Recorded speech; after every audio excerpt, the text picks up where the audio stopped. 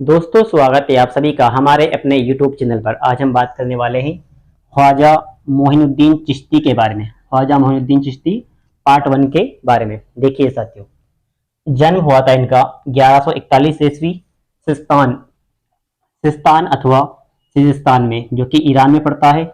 और ये भारत में आए थे 1192 ईस्वी में। भारत आए थे 1192 ईस्वी में।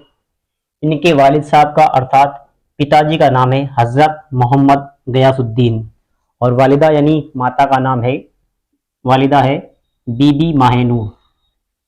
गुरु की बात करें तो इनके गुरु का नाम है हजरत शेख उस्मान हारूनी, और इनके उपनाम है साथियों, उपनाम है ख्वाजा साहब और गरीब नवाज।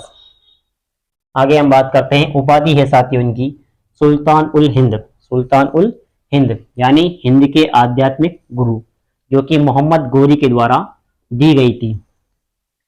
ख्वाजा साहब इनको चिश्ती सिलसिले का 8वां गुरु माना जाता है। ख्वाजा साहब को चिश्ती सिलसिले का 8वां गुरु माना जाता है, और भारत में चिश्ती सिलसिले के संस्थापक है ये। भारत में इनको चिश्ती सिलसिले का संस्थापक माना जाता है।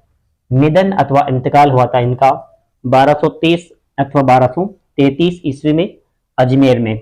और इनके शिष्य है साथियों शेख हमीमुद्दीन नागौरी, और दूसरे है कुतुबुद्दीन बख्तियार काकी।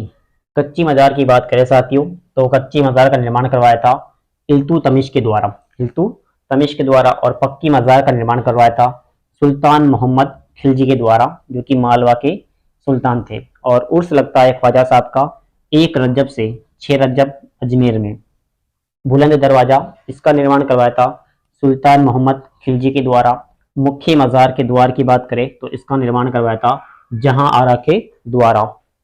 निज़ाम द्वार, इसका निर्माण करवाया था निज़ाम मीर उस्मान के द्वारा, जो कि हैदराबाद के निज़ाम थे। और शाहजहानी मस्जिद का निर्माण करवाया था मुगल बादशाह शाहजहां के द्वारा।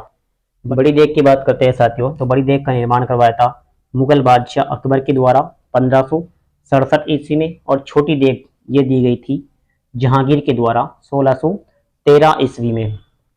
और उसकी बात करें तो राजस्थान का सबसे